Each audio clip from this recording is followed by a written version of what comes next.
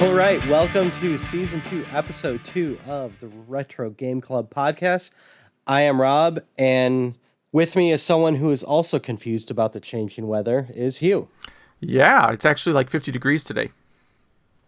But it was also like 20 degrees today. Right, it was both. But that's pretty common. It was, in the morning, it was like 40, and then it went down to like, the moment I went out to get lunch, it went to like 10 degrees in freezing rain. And then when I left to pick up my kids, it was like 50. So whatever. Yeah, and we had my favorite combo, which is a layer of snow, but right under that, a skating rink everywhere. So, gotta love the Midwest. So anyone listening to this podcast that doesn't live near us, I'm sometimes jealous of you. But what have you been up to? Let's see. So last weekend, I went up to beautiful Sheboygan, Wisconsin. I don't know if anyone has ever heard of Sheboygan, Wisconsin. It's a small town off Lake Michigan, Wisconsin. And it has one of my favorite stores on earth, a store called Freak Toys, which is twice the size it was since last time I went there. Like the guy that owns this bought the store next door to him, apparently, because the place is huge. It was pretty cramped in there before. And this is a store that just sells retro nerd stuff. It's comic books, more like boxed action figures than you could even imagine from any line of toys you've ever heard of. And then tons and tons of video games. So, oh, wow, yeah. I'm looking at this site, and yeah, a lot of cool Star Wars stuff and stuff. There's a huge Star Wars section, and there's like even more, I mean, I don't know how old the photo is, but like they have more like original figures there now than I've seen in one place ever. So how far is this from your place? About an hour and a half. Oh, wow. Okay. So it's like 45 minutes north of Milwaukee, let's say. I was going up here for I wasn't going up there specifically to visit the store. I was going up there for other stuff. But part of it involves visiting the store, because if you're already up there, you might as well go. Yeah, it seems like you have to. Yeah, and I think when I do Midwest Gaming Classic, I will also hit this store. Yeah, so this is actually, it's close to like the old Midwest Gaming Classic location. Not the old one. So the one from like 2005 or 6, that location. It's not too far from there for people that have made that trip. But while I was there, like their prices are sort of like, I would describe them as being very, very slightly lower than eBay. So, like, it's not like you're going there because you want to get a great bargain. You're kind of going there because you can actually see what you're getting and browse around. And at the end of the day, like, the stuff is a little bit cheaper than buying it on eBay. And you're supporting, like, this independent business and all the good stuff that goes along with it. So, on an interview of ours that you're going to hear next episode, I think, we talked about Atari basic programming a little bit, and at some point, this is a preemptive correction, I mentioned owning all the parts to do Atari basic programming. I actually did it. I have an Atari basic cartridge, and I have like one Star Raiders controller, and I was mixed up. But luckily, Freak Toys had a boxed set of Atari keyboard controllers. So, that's amazing. And those were actually a lot cheaper.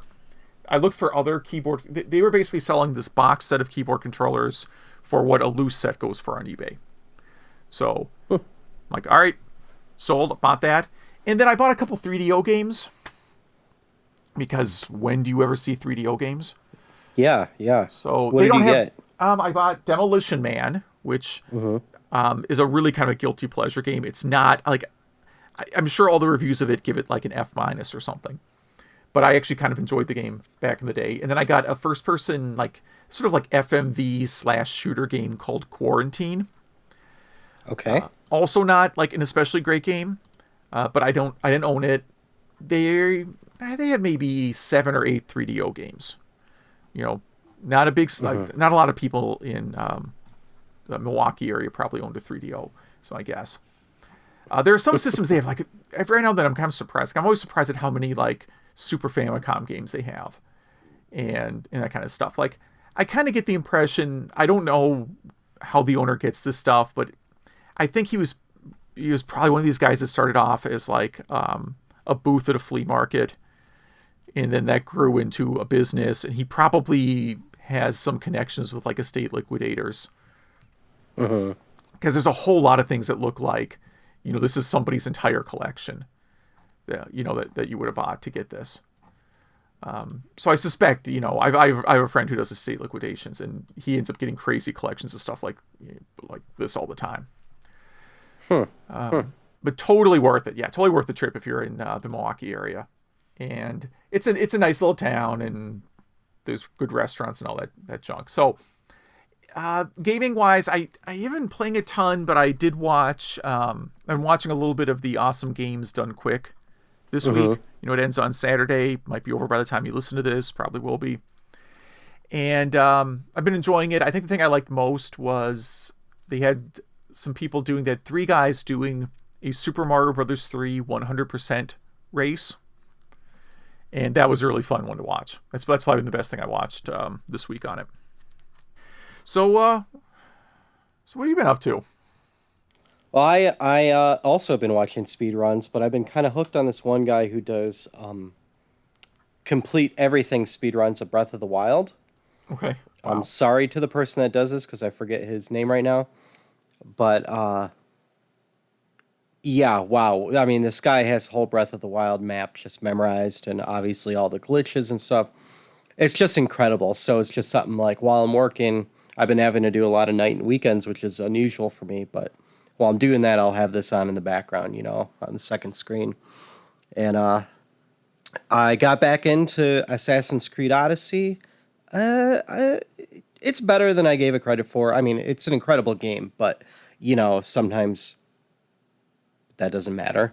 But I got back into it. I'm in it to win it this time, I think. And I actually spent a lot of time with RetroArch this past week. I wanted to get to a full wireless setup for controllers because I was reading all about Bluetooth 4 and 4.1 and how the PS4 DualShock controller Bluetooth is actually faster than if you plug in USB. Not by much, but that blew my mind. So I thought there must be something I'm doing wrong. So, tweaked my drivers, yada, yada, yada. And one big thing I did is don't believe I didn't do this before, kind of a noob error on my part, even though I've been doing this for so long. I didn't have enabled the run-ahead latency. So what that does is you load your game, and that loads it into one core. Let's say you're playing like, the PSX, emulator or something. And then it loads another one in the background. And so you see everything one frame ahead. I read about how it all works, but it just gets rid of latency, pretty much is what it does. And that really helped. In fact, like I was reading and watching a bunch of videos on this, and like they use Super Mario World as a big example, where there's built-in latency to the game, even when you're playing on the real console. There's 2 milliseconds, or 2 frames, I forget which one, from when you hit the button and something actually happening. And when you do this, you could actually get it down to 0 latency. So you could actually get it better than the actual systems, which you might not want that because you want something to run exactly like the system, but this just helps you get it really accurate. And I got really into that, and I'm really happy with the results. Yeah, that's about it for me. So I was just looking, and 100% playthrough of Breath of the Wild record right now is 22 hours and 7 minutes. It's down. It's 21:30 something now. Same guy. It's the same guy. Okay. Yeah, it takes like a week or two for him to for them to to verify it. Yeah. Ah, okay. Interesting. I did not open his channel to see if he had a better one up there. And he seems like a really nice guy. He's one of those guys that's really good at talking to the people who are watching him. I think he does this all on Twitch, but I just watched it on YouTube after. What does he do? Like, is he playing the game 22 hours straight? No, that's a good question. In these in long runs like this, you're allowed a 9-hour break or a few like 15-minute breaks. Oh, so okay. it's funny to watch him. Like, he'll know the times where he could like get up and run to the bathroom. He'll know the times where he could like take a drink of water or shove some food in his mouth. It's kind of funny. And he'll like warn people before it happens. Oh, okay. Yeah. I guess it is kind of good for just like a background thing, you know? Totally, yeah. And like Breath of the Wild is pretty relaxing music, other than part of the everything run. It is all the or what are the seeds? Koroko seeds? Yeah, the seeds. So you're constantly getting interrupted. Yeah. You're constantly hearing that annoying laugh, yeah. Yeah. But yeah, pretty fun to watch that. So I might be watching some more speedruns lately because I've been getting pretty into it. And yeah, I guess we have kind of a short episode this time. Yeah, we have okay. We have a pretty good interview coming up, though. So I should modify that statement I made. My intention every single time is to get to our show to about an hour. And like every single episode is over an hour and 20 minutes. So okay. Let's just say this will be a normal episode. How about that? And every other episode's too long. Sounds good. Well, let's power through the news then. Story behind Solomon's Key, one of the most challenging NES games. So this is an interview with the developer of Solomon's Key about how the game was created, you know, how it kind of morphed from like a Mighty Bomb Jack kind of action game to more of a puzzle game. The thing I got from this article was the speed run time is like 12 minutes. I've never won this game, even with massive save state abuse. And watching that video was just so humbling. I haven't watched it yet. I've got to. just humbling. Yeah, he said it was inspired by Lode Runner from 1983, which I love that game. That will be a Game Club game eventually. What else we got here? Super Star Wars was almost released for the Genesis. Apparently, a prototype was found, and you know, it's maybe not as graphically good as the Super Nintendo version, but I gotta admit, this looks pretty great. Yeah, it moves quickly, and looks like they got pretty far into it. Yeah, I don't remember how long the game is, but it does seem like in this video they're covering a lot of territory. Yeah. Yeah, so this was always rumored, I think, or people wondered why it didn't come out for Genesis, and I don't know if this says why it actually didn't, but at least we know it existed. And we're going to include a link. I think we actually talk about this game in the interview you're going to hear in a couple minutes.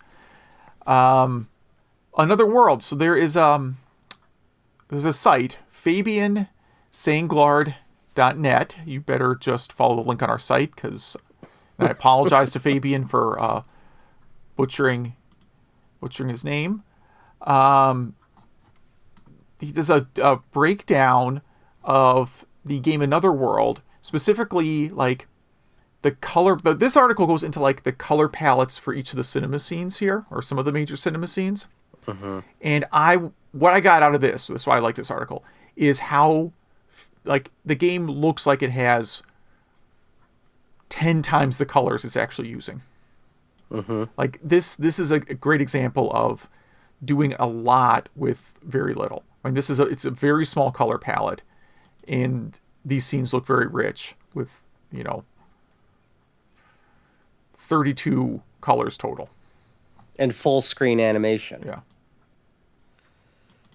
So what I loved about this article was the whole executable for this game. And remember, this game, like we just said, seems like it has a bunch of colors, full screen animation. It's 20 kilobytes of code. Right. And then the rest is just assets. So like sounds and well, and the bytecode that contains actually, remember, because you're going to hear about this later, the developer wrote, their own runtime for this game. So like that 20K is really the runtime. It's to start up the runtime, and then the data for the is in there, to actually execute the game. And then yeah, about half of it is sound. Music is about half the data in the game. Yeah, just incredible. I'm surprised this hasn't been a Game Club game yet. We talk about it a lot. Yeah, we could. I'm just so horrible at it. I have it. I have the 3DO version here, and I don't really like playing it. I like looking at it. I don't like playing it. What's the difference with the 3DO version? I mean, does it have like Redbook audio? No, I don't believe so. Let me pop it in and verify that, but I don't. I think it's basically just the Genesis game dressed up a little bit. Okay. Yeah, I just wonder how much more, how much bigger it is. Because this fit on 1 or 2 floppies? Was it 1? Yeah, I think. Yeah, it was a pretty small game. Yeah. Yeah, so that's funny. I guess, I think for some reason, computers can't read 3DO games. I think the 3DO is like a disk format that like Ubuntu here is going to say, what is that thing you just put in me? Oh, that's a bad audio drop. So while I'm looking at the 3DO disc here, Voyage, a Sorceress Vacation. So this is a ROM hack of Alex Kidd in Miracle World that looks nothing like Alex Kidd in Miracle World at all. Yeah, I didn't think it did at all. So that's why I linked to it, because it is such an amazing ROM hack. Like, we're just going to use this game engine, and so according to Ubuntu, it can't really read the disk, but it knows that the disk is 336 meg. So you go from 1 floppy. So not even a high density floppy. Yeah, so it appears that they must have put the Redbook audio on here, but yeah, the 3DO is some like not standard disk format. Uh-oh, and no, Ubuntu won't inject it, so that's bad. Oh, there we go. So wait, so what's this? I didn't get a chance to read this Alex Kidd one yet. Okay. Is it a... So yeah, it's basically, it's a very, very advanced ROM hack. They did a hack of Alex Kidd in Miracle World, which is a Sega Master System game. Mm-hmm. And more or less just the game engine must have been the only thing that really survived, because the graphics are different, the levels are different. You can see the character kind of moves like Alex Kidd. I mean, like, that's how you can tell it's sort of using the same engine, but it's just so much more than Alex Kidd. It's a very, very big ROM hack. And Voyage, the Sorceress Vacation. Yes.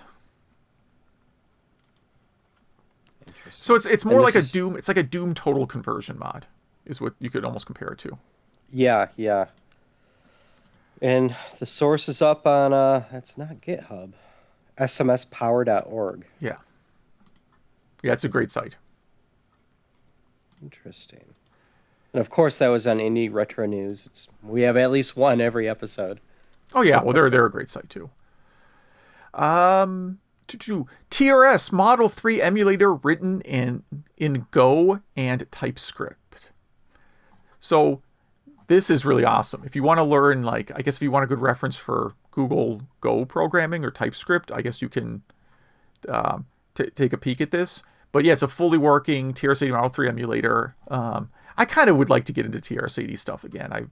It's been a long time since I've used one, and it was a really fun computer. I mean, fun in sort of like the air quotes way. Like, it was a little kludgy and maybe not as powerful as other home computers at the time, but you could do some really neat stuff in it. And I don't know, neat little piece of nostalgia. You can download it, you can play it in your browser. I was thinking, like I mentioned last week, I want to talk to more people who do crazy, sort of like regular people who've just done crazy emulation projects. And I think this is a perfect one. Yeah, I was actually looking the author of this thing up, and I'm like, well, he's just, his name's Lawrence Kesselut, which I probably mispronounced, and I apologize for. And I'm like, well, he's probably just some regular dude who, likes to do a little programming on the side. And then I looked him up, and he has like a technical achievement Oscar. That's great. So I'm like, oh, All what? right. That's pretty impressive. I don't have an That's Oscar. great. Yeah. CES 2020. Lots of stuff happened. Lots of lot more retro game related stuff than I've seen out of other shows, or at least that I remember. The site OzRetrogamer.com, that's AUS, not OZ, OzRetrogamer.com, recaps a couple things that they were most excited about at CES. This is not everything at CES. This is just their recommendations. Some new arcade 1-up 3/4 scale pinball machines. So How do you feel about these? would never buy one. Yeah, pinball feels like it needs to be that size. Like I can understand virtual pinball being smaller, or there's actually kind of a vertical version of it. I forget what they call it. So But here's the yeah. problem. Like I've tried a 1-up. I tried one of their arcade cabinets, and just way too tall. I mean, I'm not like trying to brag or anything here. I'm not like Shaquille O'Neal or anything, but I'm too tall to use one of those cabinets. And even with the stand. even with the stand, yeah, it's still not really like standing up to an arcade game. Some arcade games are a pain for me to play, to be blunt, but not any good there. Maybe without the stand and you had a stool like you did a Japanese style, that would be pretty cool. Like Japanese arcade style, I could see that kind of working. That doesn't work for pinball. No. So And pinball relies on real physics, and so the ball will be smaller, thus lighter. Yeah, it just seems like it'll be too different, yeah, I mean, I'll give one a try. There'll be a Midwest Gaming Classic, I'm sure of it.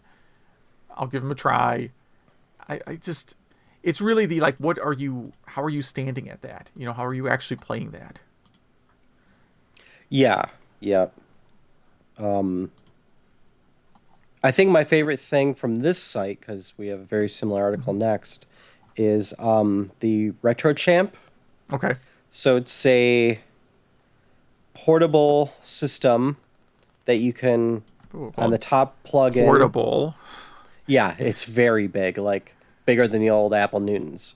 Yeah, you could. Yeah. An SNES cart goes in the top, or a Genesis cart can go in the bottom. So you could play either or of the systems. And there's also controllers for it if you want to just stand it up like you can the Switch and play it that way, like 2-player. I heard the biggest gripe on this was the battery life was like worse than the Atari Lynx. Yeah, but I see this being like a home bar item more. I really would see this like if you're doing like a home barcade, which I think is like these 1-up, 3/4 inch arcade pinball machines. I think it's the same goal there. I think they're for like a home barcade, and you would just put this. You're not walking around with this thing. You're gonna have it. You're gonna set it down on a desk or on a bar, and it's gonna be plugged in. So for me, it's really like how good is the emulation quality on this? That's what I want. Yeah, which is something I haven't read about. But yeah, it even has an HDMI out. The 2 wireless control pads. It says 5 hour of playtime, but from what I heard, it doesn't really get to that. Again, I have literally no opinions on this thing. I'm not trying to dump on it at all. I hope it's great, Yeah, I mean, it's... Yeah, well, I have to see. I will remain neutral until I actually see it in action. Now, this is not on the site, but did you see the Alienware Switch that came out? I did. Well, how are they not sued? Well, yeah, I don't know. But that's actually somewhat tempting for me because there are a lot of PC games that I do want to play, but if you run Linux, you can't ever play them. So I'm actually kind of curious. I have to see what the final price on it. What did they say the price on that was? Let's see. Alienware CES. Oh, it's the Alienware UFO is what it's called. Okay. Specs. Let's look at the specs first. Just tell me the price. Tom's Hardware is calling this the Switch killer. But, yeah, it's not. I mean, no. It's not. Because they'll be sued before it gets released. Right. Any app called something killer is not going never. to be Yeah. Ever. Come on, where are the specs? So yeah, I mean it's an i5 processor with 4 gigs of memory and a 64 gig SSD. So and an NVIDIA chip. So you're doing pretty good. And let's see, price for that, it's $999, and if you want to upgrade it to pretty much double that, it's $1,400. Yeah. Guess what this thing is not killing? The $299 Switch. Now, a while ago, now keep in mind, summer, hold on, I'm checking on Amazon right now. Well, give me 1 second. I'm working on it. How much does a Microsoft Surface cost? Yeah, or an Android tablet. Oh, you're talking about you need Windows. That's right. Yeah, I just need a computer that can run Windows, and just barely. Now, remember when this podcast first started, we reported on something else that looked just like this that I think was about $800. And it was like an i3 with 4 gig and an SSD. Well, I can get a Microsoft Surface Pro, also with 4 gigs of memory, for $443 right now. There you go. Or a Surface tablet. Oh, it's renewed. Never mind. I don't want that. All right. We are not supposed to take 2 hours. So, third item that they mentioned on Oz Retro Gamer is the Arcade. Is that what you would call that? Arcade, it's spelled. Arcade. I don't know. It's another thing meant for like home barcade kind of thing. It's a legally download and play your favorite officially licensed games. Looks like I see Double Dragon on there, so I'm guessing this is Antstream. This is an arcade box that plays Antstream, is my guess. Yeah, so this is a bar top, right? But it also has a stand if you want it. See that whole bottom part. For everyone who can't see this, because I keep forgetting we're not on camera. Yeah, it looks like an arcade cabinet, but really tacky. It has like lightning on the side and stuff. But if you look at it, there's a line through it, meaning it's really a bar top on top of half of a cabinet, which is fine. But this is a Raspberry Pi using Antstream, I think. Yeah, that's what it looks like. And of course, people are just going to hack it to put ROMs on. So, but you can legally, yes, you can legally stream the games from Antstream, which is a service that provides you games you do not want. Yes. Also to be on the Atari VCS. Whole library of games you will never want to touch. All right. And our other CES 2020 news item. NWA's Arabian Prince designed a dongle to make retro games look sharp. So this thing is called the M Classic. Yeah, it's a little dongle with HDMI in and out. And it's really hard to explain this thing without seeing it in video, but it adds anti-aliasing, and it really seems to make everything look better at less than a millisecond latency. From what I saw, it was like 0.4 millisecond latency. All right. Not bad. You could plug it into any system, and it'll also add scan lines and stuff like that if you want, which is really cool because if you try to do that on a RetroPie, it's kind of a processor hog. So that feature alone seems pretty worth it. Have you seen the videos of this thing in action? I did, and it does look really good. I saw the GameCube video. Yeah, it's like magic. I didn't order one of these yet. I don't know if they're available yet, but yeah, I kind of feel like I need this. If anything, I think it'd be cool for my Dreamcast to have this. All right, we have a special guest, Jason Moore, who runs the site AtariProjects.org. If you listen to the show, you've heard about it a few times. So welcome, Jason. Thank you. It's great to be here, and thanks for having me, and also thanks for doing the podcast. It's a great service to the community. Well, thank you. So, AtariProjects.org. So, for people who haven't heard us talk about it or visited the site, why don't you tell us a little bit about the site and why you were inspired to start it? Yeah, so I've been an Atari guy since the late '70s. We had a 2600, then got an Atari 400, 800 computer. I learned to program, played games, and have been a lifelong Atari enthusiast. And about 3 years ago, got back into the hobby in a big way.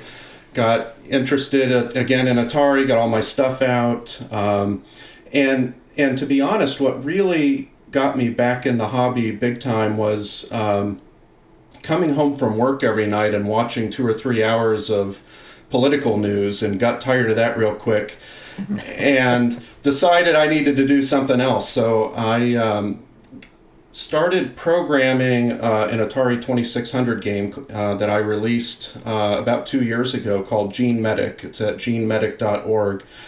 And that was a perfect escape and took my mind off the daily grind of the news, and that really got me back into the hobby. So I released that game and then turned my attention back to programming for the Atari 8-bit computers. And as I got back into that, discovered that there's a lot of good information out on the web, but it's very fragmented. It takes a lot of time to figure out how to do different things, right? There are different pieces of information on different websites, different posts, different blogs, and it just takes time to synthesize all of that to figure out how to do something you want to do. And so that's how the Atari Projects website was born. Was I decided to start documenting some of this to make it easier for others to figure out how to do what are usually pretty simple things, right? But if you don't know how to do it, it takes time to figure it out. Yeah. Yeah, and that's what I've liked about your site is that not only is it this nice aggregation of content from around the internet, but it's all stuff you can kind of bite off in small doses. When I see a new post go up on your site, I always bookmark it for later because I want to sit down for 20, 30 minutes and go through it. And most of the things you have on here kind of fit nicely under an hour. Yeah, well, I mean, that's the other thing is I have a busy career, so I don't have a lot of time when I want to do something Atari. I usually have an hour, maybe a couple hours at most, and so that was also part of the inspiration, was finding projects that I could do in an afternoon or a very short amount of time. And you have a lot of content up here. I was surprised when you said this was only up for the past 3 years.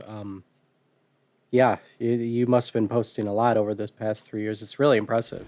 So it's been up about a year and a half, and I've been trying to do at least one post every week over that period of time. Sometimes I get 2 or 3 in, but usually I shoot for 1 a week. And I've been pretty diligent about it. And over a year and a half, I've accumulated, I just hit my 100th post last weekend. So there are over 100 posts there now. And something I did last summer was curate 50 of the posts into a book that I self-published through Lulu. The title is Atari Projects, and it kind of takes you start to finish through setting up an Atari computer, some of the hardware things, some of the newer hardware that's available, like flash devices, and then gets into software and programming. So it kind of takes somebody new to the Atari hobby or somebody getting back into it after many years, from A to Z. And so that's out there now as well. The book doesn't have any content that's not on the webpage, so you don't have to buy the book, but it is curated, ordered, and heavily edited. Yeah, and I think it's kind of interesting doing, like, I was going to put it here, like the Atari computers were sort of, I'll say unpopular in the U.S. relative to the U.K. Like I listened to some U.K. retro gaming podcasts. They all grew up with the Atari computers in the U.S. They were US behind is all Apple, really. Yeah. Right, Apple and Commodore were sort of the lead ones, and I remember seeing Atari computers. But that sort of was, what was that experience like? I mean, when you were growing up playing with computers, I guess at the time you didn't really know which computer was the winner, but Was it difficult, like, to get Atari stuff in the 70s, like Atari computer hardware and software? Yeah, and especially for me, I grew up in a small town in the Midwest, and so we only had access to what was in Kmart and Sears and, the local department stores. And I had a couple friends that had Ataris, so that was nice. But I also had friends that had Commodore and Apple and other things. So it seemed like, at least in my small town, that everybody had a fair sampling of the different computers that were available at the time. But, our lifeline at the time was magazines, right? Antic magazine, Compute magazine, Analog. So we would buy the latest computer magazines, and that's how we kept up with the latest games and software and hardware that was available. But also the magazines were great because they had computer code in BASIC usually that you could type in and run. Uh-huh. So we spent a lot of time doing that. So you obviously started with BASIC. I assume that's where most people started programming. When you switched over to do assembler for the 2600, had you worked with assembler previously on the Atari computers, or was that like a whole new endeavor? So I had done a little bit of assembly back in the day, not much. I was in my teens, and so learning assembly at that time was not easy, and there weren't a lot of great resources for it. And then since then, from time to time, I would teach myself some more assembly and try to get into it. And eventually, a year and a half ago, when I did my game, I kind of put all the pieces together and really dove in and got serious about it and tied up the loose ends and was able to produce a product with it.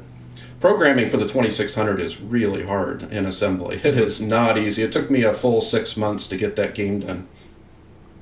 Oh, yeah. Well, that's... Okay, it would take me 6 years probably. Yeah. Yeah.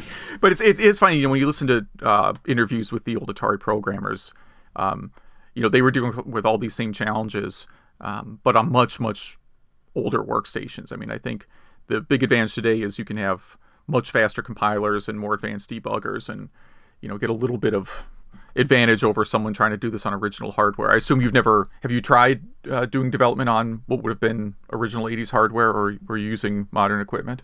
No, today I use modern equipment. It is so much easier to use an IDE and use a cross compiler and use an emulator to test it. So I do all my development on my PC and then test and run on original hardware. I still love original hardware, and I've got an Atari set up here on my desk right next to me. And, to some extent, I'm a bit of a purist. I really love reliving the original experience, but I do my game development, my code development on my PC. It's just so much easier. So it's easier, yeah. So as you go through and post articles on your site, has there been anything really like new and interesting you learned, like something you discovered that was completely new to you? Oh gosh, so many things. Just all the new hardware that's available is really amazing. All the flash devices that allow you to load up software and boot directly from a device like the S Drive Max, and then certainly the SIO to PC that allows you to boot off your PC. All those things are great fun. Getting these old devices connected to modern high-definition televisions has been a challenge, as I'm sure you guys are well aware, and so that's been fun and interesting to learn how to get the old stuff to talk to all the new stuff. That's an example of something that everybody struggles with. So it's just amazing how much new stuff there is for the old systems. We're not just stuck with the software from back in the day and the hardware from back in the day. So that's probably been the most fun for me, is learning about all the new things that are available, trying them out. I'm still trying them out and doing posts as I complete projects. And and new stuff comes out almost weekly for the Atari, which is really fun. Yeah, it gives us so much content for the podcast too. Yeah. It's our whole news section. But is there a project that, like a dream project that maybe just a little bit of out of reach, or you just don't have enough time for yet? Kind of the holy grail of 8-bit Atari projects that you have in mind? Yeah, there are a couple, I would say, bigger projects that I would like to do in the next year or two. and just haven't done yet. And most of those are hardware modifications. So actually getting into the guts of the Ataris and doing soldering and, those just, it's not that I can't do them, but they just take a lot more time, right? A lot more preparation time, and the actual mod itself can take a lot of time. And so I've been slowly getting set up to do that. In fact, I just bought a new soldering station, and all the equipment I need to do those kind of hardware mods. So I'm kind of slowly getting geared up to do that. But the hardest part is just finding the time to do those hardware projects, because they're very time consuming. I can imagine, yeah. Anytime I try to solder something, I usually do more harm than good. Yeah. Programming is so much easier because you can kind of, you can jump in and do 30 minutes or an hour and jump out. And with a hardware project, you just have to sit down and you got to have many hours of time set aside to do something like that. Mm-hmm. Yeah, there's no undoing something that you solder incorrectly. Yeah, right.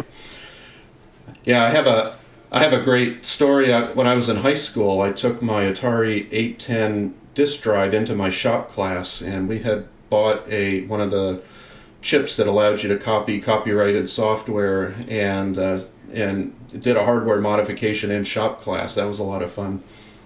Oh, wow. So you had like the 2600. You mean like one of the devices we could copy 2600 games to? Well, this was for the Atari computer, so this was modding your disk drive so you could copy copyrighted discs. Oh, okay. Yes, I'm not as familiar with the discs. Like on Apple, that was you didn't need any particular special hardware to do that. So, kind of a selfish question.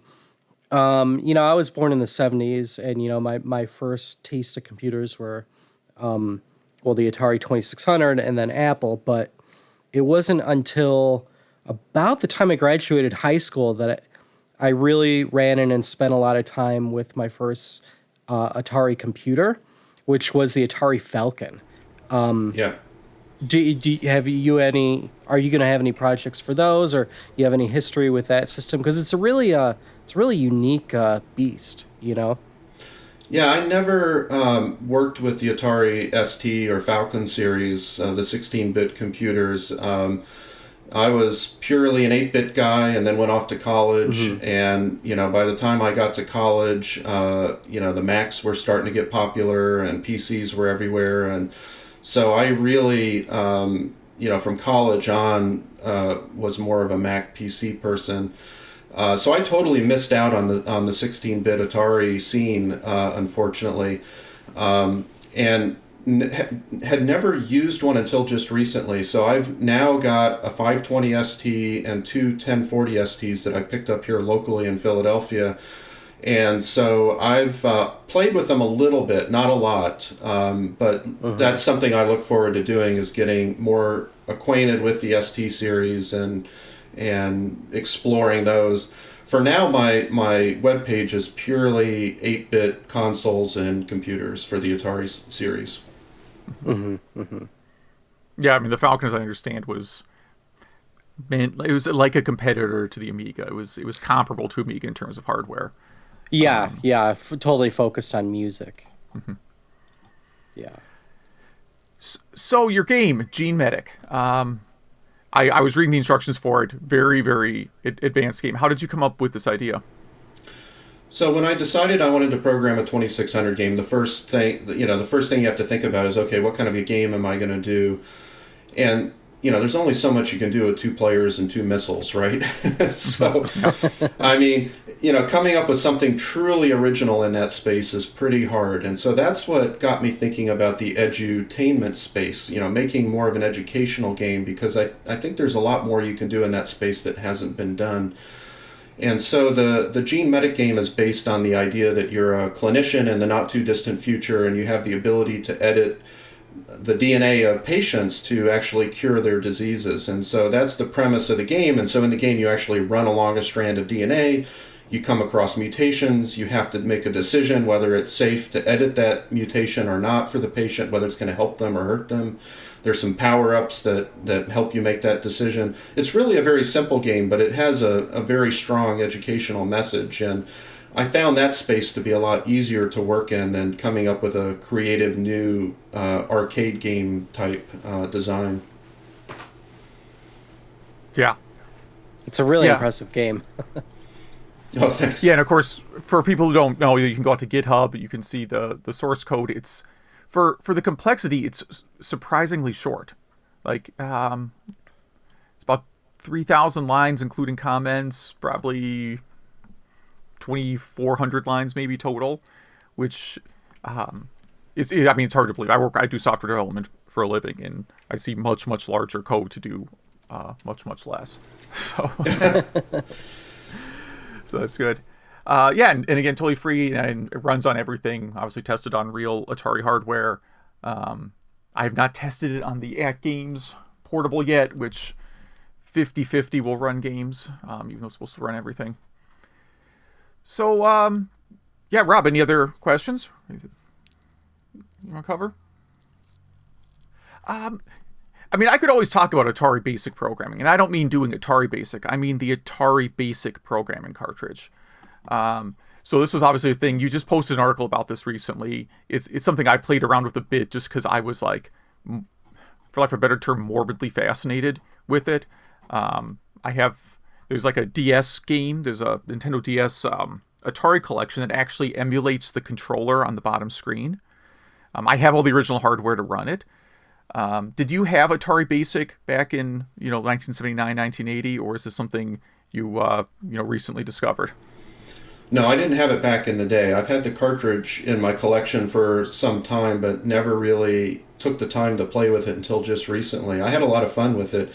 And, I mean, as you know, since you've tried this, there's not much you can do with it. But I was fascinated with the basic programming cartridge from the point of view of the programming that it took to pull that off. Just thinking about the original developer of that code base and making it interactive and actually do something was very impressive. I was impressed from that point of view. Yeah. I mean, you could do some very simple games, I guess. I mean, my understanding of the history is Atari got in trouble for false advertising because they claimed the Atari system was educational. So they had to very quickly produce something that was educational. And the other benefit of it is, I guess, from a homebrew standpoint, you could probably do something pretty crazy with these controllers. If someone was so inclined, they could make some very, very advanced Atari games based on those controllers. Any let's see, any kind of teaser for what you might be posting on the site soon? Yeah, next up in next couple days, I'm going to post something about CRT monitors for the Atari and some tips on what to look for, what the best monitors are, how to buy one. So that'll probably be the next post. I also just got a Retron 77 system, which I've never tried before. So I'm looking forward to giving that a try, and I may do a post on that as well in the next week or so. So does that support like 2600 and 7800? I think it's just... What is that? It's just 2600, yeah. Oh, okay. Yeah, I've been debating buying one of these for a while. It's a Hyperkin system. Their stuff it's kind of hit or miss with them. They've done some stuff that's really good, and I've had some of their systems that weren't so great. I've heard overall positive about the Retron 77, so I'm really, really eager to see what a real Atari fan thinks of it. Like, it's a relatively simple system to emulate, but it basically does like HDMI upscaling, so you can hook it up to a modern TV. I mean, that's the gist of it. Like you mentioned, hooking up an Atari 2600 to a modern TV is not a fun activity at all. But then having something you can put a real 2600 cartridge in and just outputs HDMI, that's a pretty neat idea. Yeah, and that was the reason I bought it, was just being able to... and you can run original cartridges on it. So you can plug in an original cartridge, have it run through HDMI to your high-def TV, and that was very appealing to me. So I'll definitely do a post on that and let everybody know what I think. Yeah. All right, so again, the site is atariprojects.org. Anything else that you want to plug? Nope, this is great. Thank you so much for the opportunity to talk, and look forward to the podcast. One more quick question I'll put in at the very end here. You know, we always pick a few Game Club games for each episode. You have any Atari recommendations?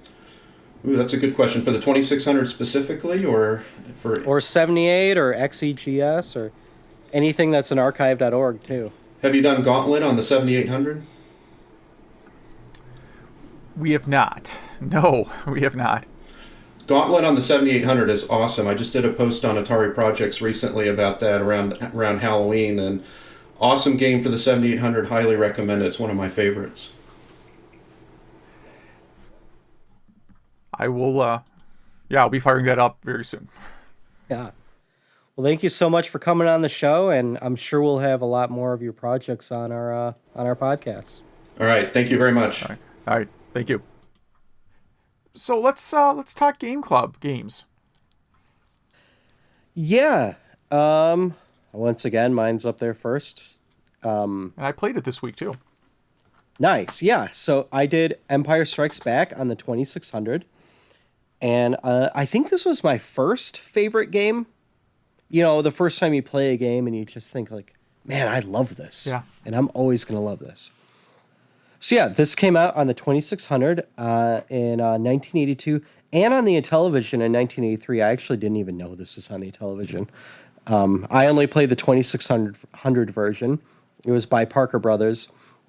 And you fly on Hoth at Echo Base against AT-AT walkers. And I think you get like 10 points every time you hit them and like 100 every time you shoot one down. It takes so many hits. I think 40 hits to get an AT-AT down unless you hit it. And I think it's called like the vent hole or something like that pops up. Between 2 and 5 hits and you're dead, but you can land on the ground and recharge yourself. Every once in a while, the Star Wars theme starts playing, and that means the Force is with you and you're invincible. And I love this game. I love the controls. I love the color palette. I love the artwork, the sound, and obviously it's Star Wars. I actually, for the first time, I got really, really good at it where I just wasn't dying at all. And the strategy I used was the more you hit the AT-ATs, they turn to different colors, and then yellow is the last color before, if you hit them a few more times, they'll explode. You hit the first one until it's yellow. You hit the last one until it's yellow, because they're trying to get to Echo Base. So if they get to the end of the screen, because they're going from left to right, you lose. You get the first one as slow as possible, the last one as slow as possible, and then you just start taking out the middle ones, and you're good to go. I can't say enough good things about this game. What do you think? Yeah, well, so I mean, my first impression of it is it's kind of a Defender knockoff. Yep. Whatever. A lot of games were in the era. It's one of these kind of rare cases where I like the 2600 version better than the Intellivision version. Like the Intellivision version looks a lot better. It's got more colors. The AT-ATs have like better animation. Like it just looks better. But the 2600 version plays a lot better. Some of it's just the native controllers. Like a television controller is just really bad for this type of game, and the Atari 2600 controller is completely perfect for it. Yeah. So there's that, and I played it. I died a ton. I'm really not good at this game, so I know with practice I could probably get at least decent at it, but it is just brutally tough, I think. Yeah, sometimes it's kind of hard to figure out where the AT-ATs what the bullets don't angle go the that you bullets are going at. Right, they come at an angle that you think you're dodging it, and then it hits you. So yeah, and it took me a long time to figure out that you could hit the ground like the mountains and not get hurt, and you could fly through the AT-ATs without getting hurt. I mean, unless they shoot at the same time. Yeah, and then the other thing that I like is just trying to channel back, 1980s thinking. Like if you were the developer and you were tasked with, here's Empire Strikes Back, you're going to get to watch it like 6 months before anybody else. make a game out of this thing, right? Of everything that happens in Empire Strikes Back, like the AT-AT fighting is the thing that best translates to video games. And it's still the case for modern Star Wars games. The Hoth stuff still focuses on the AT-AT battles mostly. Empire stuff, right? And that's still my favorite part, of pretty much any Star Wars game. So even back in 1982 or whenever this was built, the developer realized, oh yeah, this is the thing that's going to work out best. There's like 100 other directions that they could have gone with, and they all would have been wrong. It could have been Star Wars Cloud City chase scene, or try to do the Luke versus Vader fight at the end. There's a lot of things you could have tried to do. This is the thing that would have worked best. And it was a great, one of the best movie tie-in games. It really is a lot of fun. Yeah, and I was actually, like 2 years ago now, I was at a Star Wars auction in Flint, Michigan, beautiful Flint. And sorry for any listeners in Flint, but it's true. They had this poster, a giant poster of this box, and the buddy I went there with, Randy from Nerd Out Toys, he had to leave early because he had kid duty at a certain time, and I was like, man, and they didn't get to that poster yet. It's what I went there for, but I own 2 of these in box and 1 out of box. My 2600 is boxed up right now, so I emulated it. So, but I mean, 2600 is easy to emulate, so it played great. Is this on any collections? It doesn't say on Wikipedia. Probably not because of licensing. Oh, true. Yeah. Yeah, for a simple game, I think we really, talked about that one enough. What did you play? I played Grand Theft Auto Vice City, a game that I say, because it came out in 2002, is officially ancient now. And I played that on PlayStation 2, mostly just to blow off some steam over the past couple weeks. And it's still a game, like, I'll put it this way, like, after playing Breath of the Wild or any game made after it, like, you realize how terrible the controls are in Vice City. I really, like, at the time, the controls seemed pretty good. But I had a real hard time, like, at least the walking around and jumping controls. They're just abysmal, right, compared to modern games. Kind of like what I said about Bully when we did that. Yeah. Well, these are far worse than Bully. Bully is an elegant experience compared to Vice City. But the driving still holds up really well. The driving mechanics are great. Yep. And the open world is great. So part of the reason I like this game is that it's a game where you really start off with no restrictions at all. So, like, there's missions you're supposed to do to advance the story, but like Breath of the Wild, actually, it's Breath of the Wild, you're initially locked down a little bit. Vice City, you're not locked down at all. Like, there's essentially 2 main islands. One of those islands is, like, blocked off, technically, until the second half of the game. Except, it's really, really easy to hack your way into the second island. Like, you don't have to, like, hack the game very hard. There's a number of tricks that get you onto the other half of the island. And then on the other half of the island, you can then get a helicopter, and now you can go anywhere. Within the first 10 minutes of playing, you can get onto the other island pretty easily. So, there's just a lot of, like, you can explore around looking for, rampages or hidden items or whatever. And there's just hours of, like, I like to go and, like, unlock all the, like, weapon upgrades, all the free weapons and vehicle of, like, hidden vehicles, that kind of stuff before I even do the first mission. And then the other thing that's kind of fun is, like, I played through Grand Theft Auto 5, I don't know, last year, the year before, probably the year before. And what bugged me about Grand Theft Auto 5 was, like, most of the missions, you have to, like, solve them a certain way within a certain amount of time. In, like, Vice City, you can start a mission, and the mission will be like, go catch this guy, or go do whatever. I can go get in a helicopter, fly 3 laps around the entire map, right? Blow up a few cars. You can do everything. The mission's still running, and there's kind of there's no restrictions on the environment while the mission's running, and there's no wrong way to solve any of the missions, right? And that's what I find fun about it, is some of these missions you can just do. They're just ludicrous ways to solve it. So I like the openness. They really haven't had that same level of openness in any of the later games. I just love. I mean, I do like the missions. Obviously, I probably played through this twice. This time, I just played through it briefly. I think I only did like 2 missions, like one racing, and I forget what the other one was. But you can just create chaos. So I would you get bored and like, let me just create a giant traffic jam and then drop a grenade in the middle. Just stuff like that where you release some steam, I guess. Well, right. That's what I was kind of doing, because I'm like, okay, I want to get over to the second island as early as possible. Oh, I got an idea. I'll steal a bus, and then I'll drive that off the edge of the dock, hop out before the bus sinks, and then the bus will float, and then you can hop on the bus and use it as a bridge to get over to a boat that normally would be locked down at the beginning of the game. That's great. And that actually worked on the first try. And I'm like, wow, I wish I had thought of this when I first played through.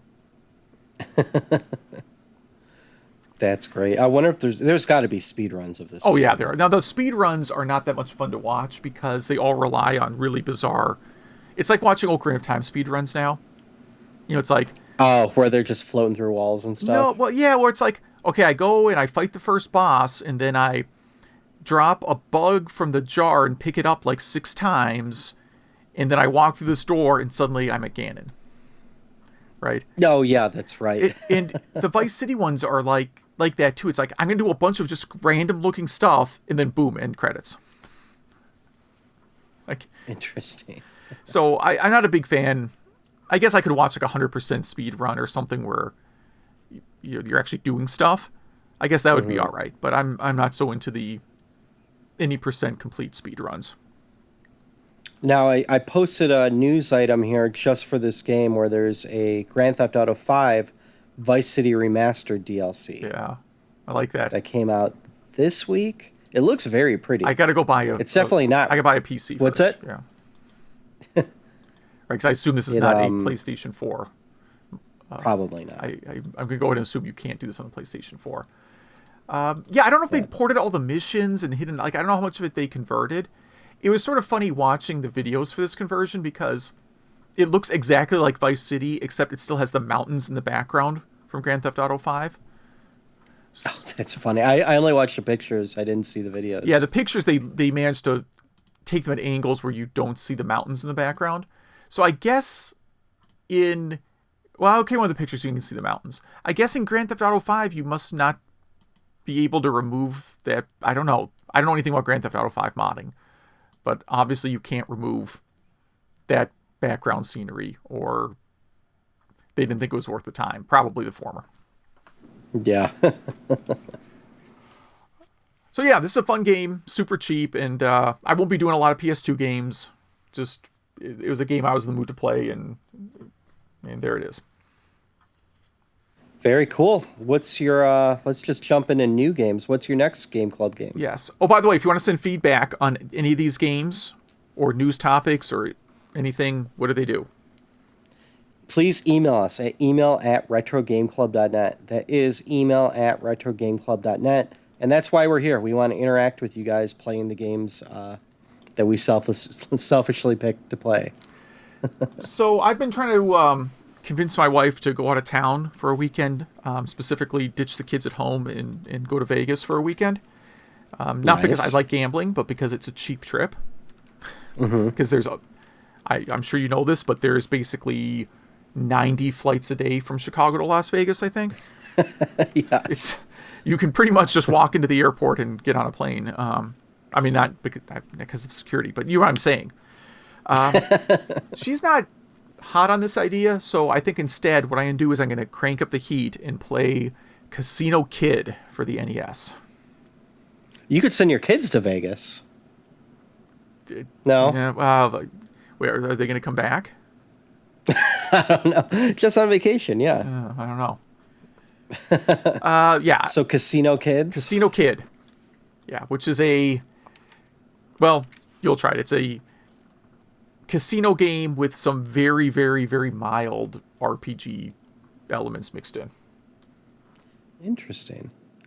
So, yeah, by the time... I mean, this is for the next episode, but by the time... I haven't played this because by the time I got an NES, Gambling games seemed very computery and not console-y to me.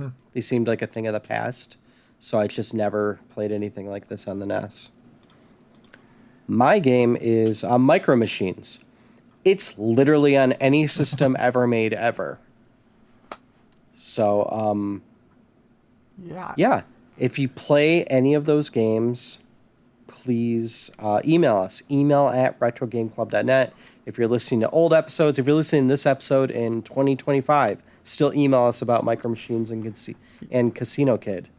Yes, I have to decide what version I'm going to play because I own multiple versions of Micro Machines. Looking at the list, and I think you should play the CDI version. I don't own that one. I own exactly one CDI game. For my CDI that has no controller.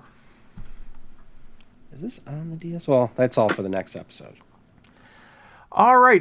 You know what? I'm going to get a quick email from Majors here.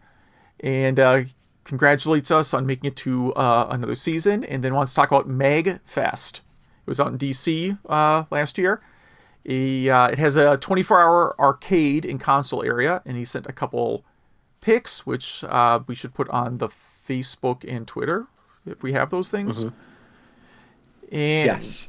A little bit of feedback on the PS3 cell, more powerful than current Intel claim. And we, basically reminding everyone that marketing can make up numbers to make their products sound better, which is true. And I guess, I think he agrees to the point that it's not really an apples to apples comparison between the two anyways. And yeah, and that was my original point. I wasn't saying it was marketing. I was just reading what Wikipedia said because of the article that we had in our notes. Homework first NES lock. When he was growing up, his mother would take the knob off the TV so he could not change it to channel 3 to play games. And eventually he learned how to thwart it with a pair of pliers. I would have gone with super glue. Pliers work too. Good luck there. Choose Your Adventures being sued for name rights.